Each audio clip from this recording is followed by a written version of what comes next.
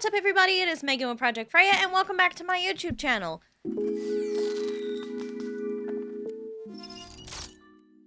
It's been a while. Sorry. So, it has been a little while. The holidays were crazy, and I've been trying to figure out every single time, without fail, I start talking to you. Freya peeks in at the door.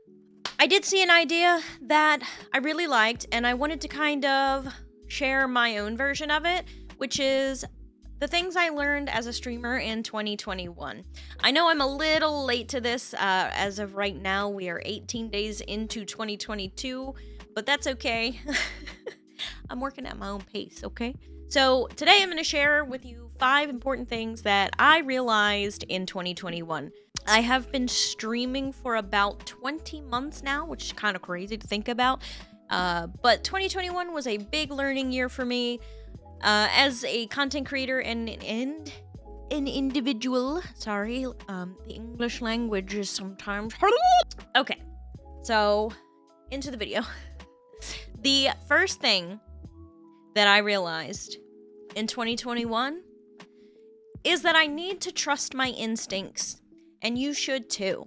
Is somebody giving you bad vibes? Trust those bad vibes. Most of the time, if you get a weird feeling about someone coming into your community, you're probably right about it because you know you and your community better than anyone else.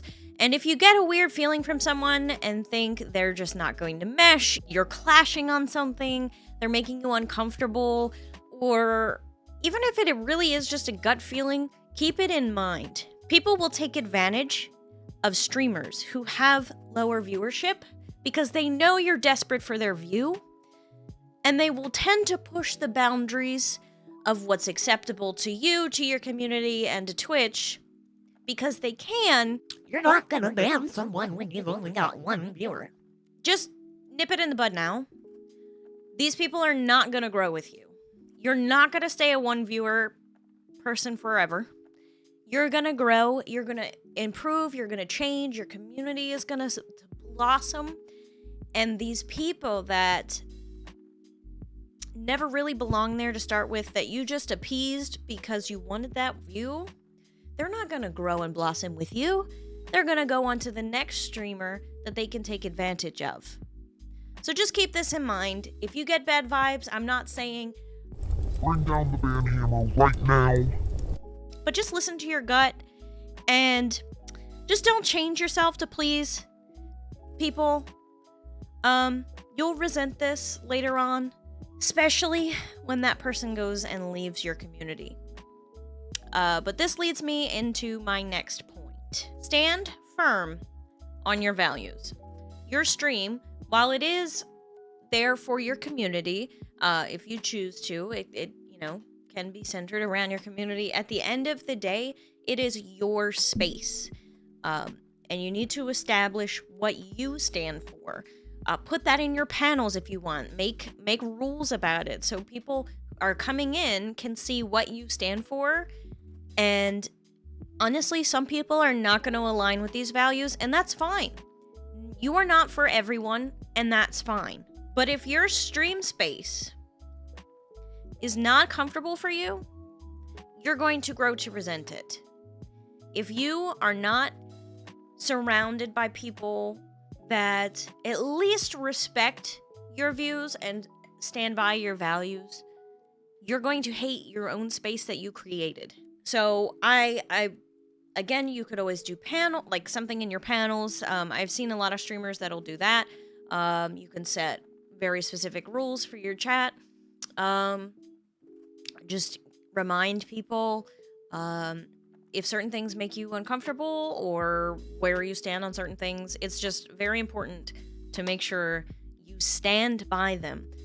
Don't let those people step on you. Don't let those people taking advantage of your low viewership step on you, because they're just going to leave anyway. All right. The third thing that I learned in 2021 is just how important it is to play the game that you want to play, or make the content that you want to make. I spent a lot of my streaming journey playing horror games, which I do genuinely enjoy horror. It has been very nice to kind of push past the terror to play them that I have, but I noticed I got stuck in this mindset of, well, I have to be playing some kind of horror game, whether that's Resident Evil 2, Dead by Daylight. I felt like I was only humorous when I was being startled, and it started to make me miserable. Dead by Daylight especially just was making me stressed all the time. It was really dragging me down. I had a very important talk with someone who brought up Final Fantasy Online, which I have played for many years, since A Realm Reborn launched. And, they asked me, why don't you play that? You're passionate about it, you have a lot of fun with it, you've been around for a long time, so there's probably things that you could tell other people. And it had never occurred to me. I play that game in my free time, and I have for a long time, but for some reason, I just always felt like it wasn't good enough to stream, because I thought, people wanted to see me in fear all the time, which can be fun, but it was getting to the point with Dead by Daylight where I was just stressed all the time with it, and I rage quit one day, and I haven't picked it up since. What I have heard in feedback from my community since I started playing Final Fantasy on stream is that I seem so much happier playing this now, that I don't seem stressed or miserable all the time. And I have noticed an increase in viewership. I can't even tell you how many people I had no idea played it too, that was already in my community. I'm not saying you won't notice a decrease if you switch off a game you've been playing for years. But if you hate the content you're making, you're gonna grow to resent making content. People notice. They can tell when you're miserable, and it will drive viewers away anyway. So you might as well just start playing something or making something that you enjoy making, and people will follow your joy, really. That also brings me to another point that unfortunately I did realize in 2021, which is burnout is real in all careers, and content creation is not an exception to that rule. If you start to dread going live or creating content, you might be approaching your point of burnout. And I know it is exceptionally scary to take time off when you are a content creator, because you don't have sick time or vacation time, and people often worry about the money that they're going to lose if they take time off, which is understandable, and it may not be possible for you. But the outlook I try and take with it is, if I burn myself out too far and I start to be miserable on stream, people notice, and they tend to kind of drift away. And if you burn way too far, you're probably going to quit content creation, and at that point, you're not making money from it at all anyway, so you might as well just take a few days vacation, hang out with some friends or family, read a book, watch a show you've been waiting to watch, detach for a few days. It doesn't even need to be an extended period of time. I think if you are starting to get tired, a few days break really is more of a big deal than you think it is.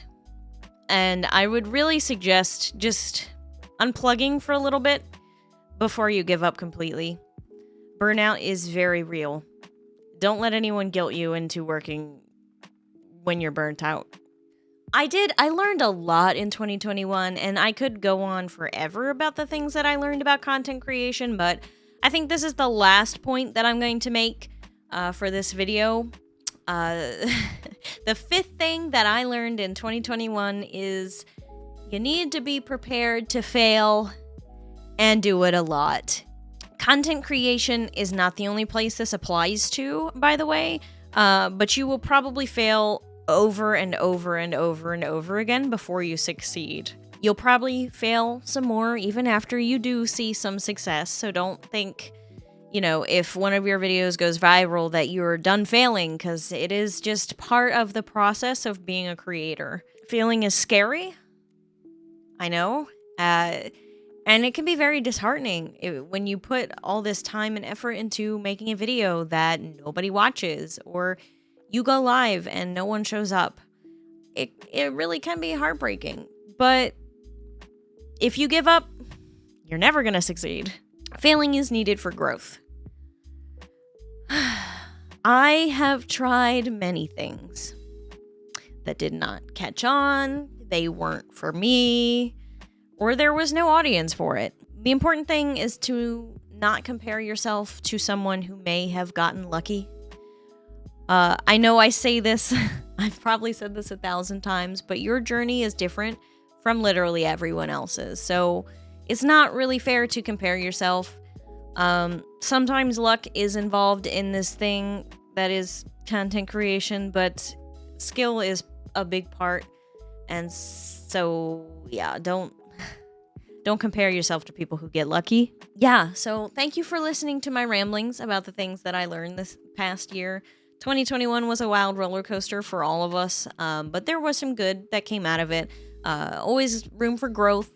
Let me know in the comments down below something that you learned in 2021, whether it's about content creation or not. Just what was the lesson you learned?